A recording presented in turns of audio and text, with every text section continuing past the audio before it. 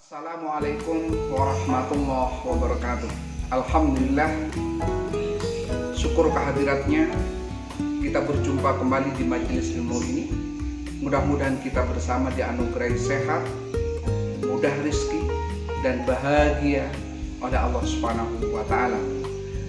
Pemirsa, pada episode kali ini kita akan membahas tentang bagaimana cara menghadapi orang yang keras kepala, orang yang ngotot, orang yang merasa benar sendiri. Memang ada beberapa tipe manusia. Ada tipe manusia yang suka mengalah, ada tipe manusia yang suka mengeluh, ada tipe manusia yang sangat percaya diri, dan juga ada tipe manusia yang sangat keras kepala, merasa paling benar, merasa paling hebat, dan dia merasa bahwa apapun yang dikatakannya adalah sebuah kebenaran dan orang lain harus mengikutinya. Menghadapi orang yang seperti ini, tentunya kita yang pertama kali harus memahami tentang sebuah teori kebenaran.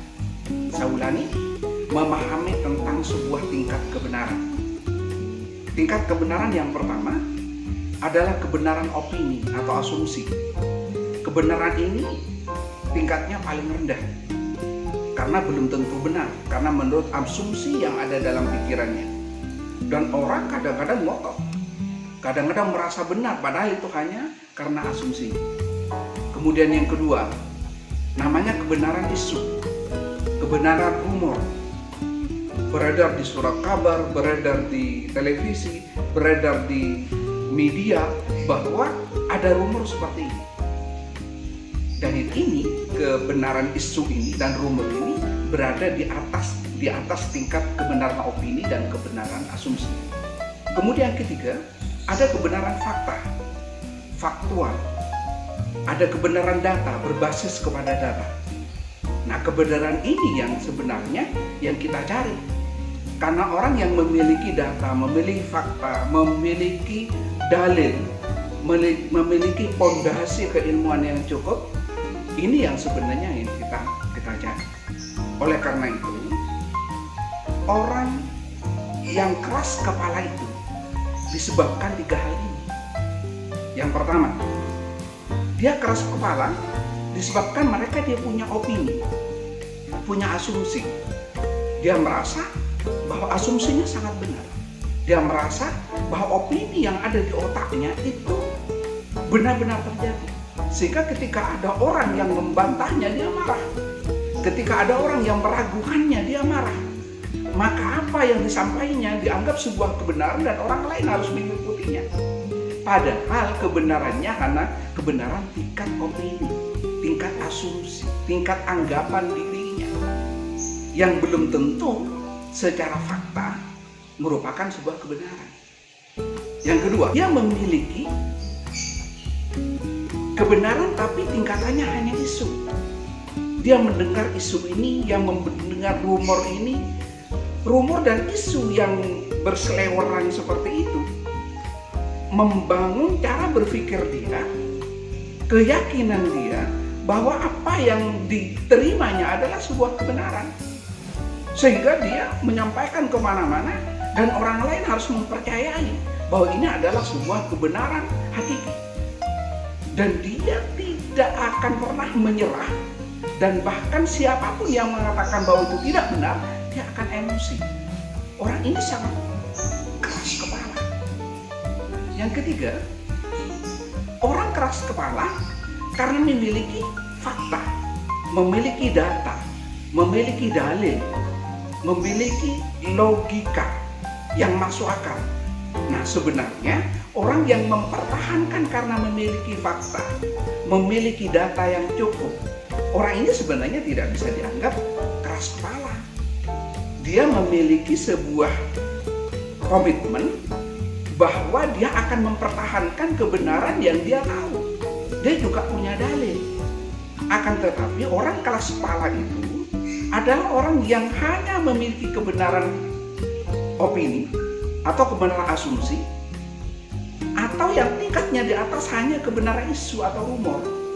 Nah, orang yang seperti ini yang kita sebut dengan, kita kategorikan dengan orang yang keras kepala. Pemirsa, sahabat muda yang dirahmati oleh Allah Subhanahu wa taala, lalu bagaimana cara kita untuk menghadapinya? Untuk menghadapinya, maka kita harus melihat objek dulu. Yang pertama, apakah dia teman kita? Orang dekat kita. Kalau orang ini adalah orang yang selalu menjadi bagian dari kehidupan kita, maka kita harus menggunakan teknik yang lebih kondusif. Akan tetapi, kalau orang ini adalah orang lain, partner berdebat kita, maka kita hadapi dengan sebuah logika, fakta, bukti yang bisa mementahkan opini, asumsi, rumor, dan isu yang dia miliki. Pada saat ini, saya hanya akan membahas tentang bagaimana seandainya orang yang keras kepala itu adalah orang yang dekat dengan kita, atasan kita, orang tua kita, sahabat kita, saudara kita. Nah, kalau orang itu adalah kolega kita, orang dekat dengan kita, maka tip yang pertama, beri pujian dia. Kenapa harus diberi pujian? Biar dia merasa senang, biar dia menganggap bahwa kita care dengan apa yang dia sampaikan. Dia akan marah kalau pendapatnya dibantah. Dia akan marah kalau pendapatnya dianggap tidak benar. Maka yang harus kita sampaikan adalah memuji pendapatnya. Yang kedua, menghargai pendapat yang disampaikan. Kita hargai pendapat yang disampaikan. Maka jadilah pendengar yang baik. Dengan serius, tidak perlu pura-pura. Siapa tahu pendapat dia memang benar. Anggap pendapat dia benar dulu. Hargai pendapat dia. Dengan seperti itu, maka dia akan percaya kepada kita. Secara tidak langsung, maka kita sudah bisa menguasai dirinya. Dia merasa berkuasa karena sangat bersemangat untuk menyampaikan sesuatu, dan kita memujinya dan menghargainya, sehingga dia merasa punya partner yang pas untuk menyampaikan pendapatnya, walaupun pendapatnya hanya berdasarkan pada isu, asumsi, rumor, dan lain sebagainya. Nah, kalau sudah seperti itu, maka sebenarnya yang menguasai forum adalah kita. Kalau kita sudah bisa menguasai dirinya tanpa dia sadar, maka dengan mudah kita akan membantu dia untuk mengetahui yang sebenarnya. Yang ketiga, beri sedikit humor. Kalau dia sudah begitu semangat dan mungkin sudah kemana-mana dan menurut kita sudah tidak masuk akal, maka cobalah berhumor sedikit tanpa menyinggung perasaannya. Cobalah berkelakar. Cobalah hal yang tegang itu kita selipi dengan humor, coki-coki yang membuat keadaan lebih enjoy.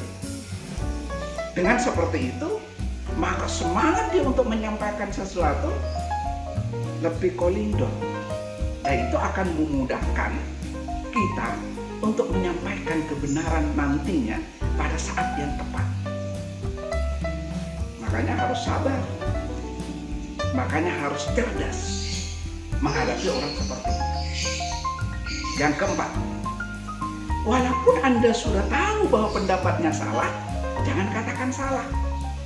Walaupun Anda tahu bahwa itu hanya isu, hanya rumor, hanya asumsi, dan tidak masuk akal, jangan katakan salah.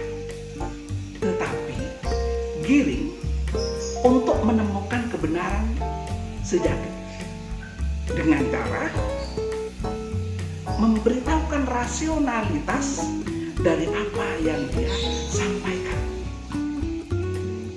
Kalau misalnya dia menyampaikan tentang seseorang yang betul-betul sakti, kemudian kita menyampaikan fakta lain bahwa kemarin dia mendukung seseorang, tetapi ternyata dia juga tidak menang ya. Sehingga dia berpikir ulang tentang apakah yang disampaikannya itu betul-betul valid atau tidak. Digiring untuk menemukan kebenaran sejati. Yang kelima, beri dia perbandingan, studi komparatif, atau alternatif lain. Kalau dia menyampaikan sesuatu yang menurut kita salah, beri perbandingan yang lain, alternatif yang lain.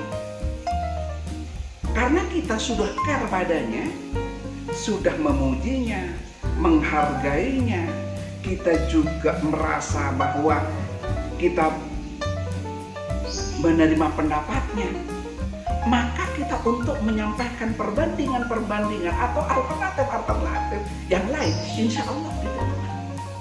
Kemudian kita cerita tentang sesuatu yang lain, alternatif yang lain, problem solver yang lain, jalan yang lain, yang mungkin lebih baik dari apa yang dia sampaikan. Ingat, yang mungkin lebih baik dari apa yang dia sampaikan. Sehingga dia tidak merasa disalahkan. Tapi tiba-tiba dia merasa salah sendiri ketika diberi sesuatu fakta yang lain yang bisa menyadarkan bahwa keyakinan yang sebelumnya dia yakini 100% akan menjadi hambar, menjadi mentah setelah ada fakta-fakta yang Anda sodorkan. Gimana sahabat? Gimana saudara? Jadi tidak terlalu sulit menghadapi orang yang keras kepala. Yang penting kita harus sabar.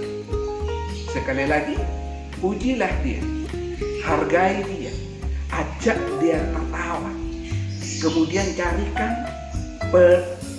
giring untuk menemukan sesuatu kebenaran yang baru, kemudian tawarkan alternatif yang membuatnya dia meninggalkan keyakinan yang selama ini dia yakini.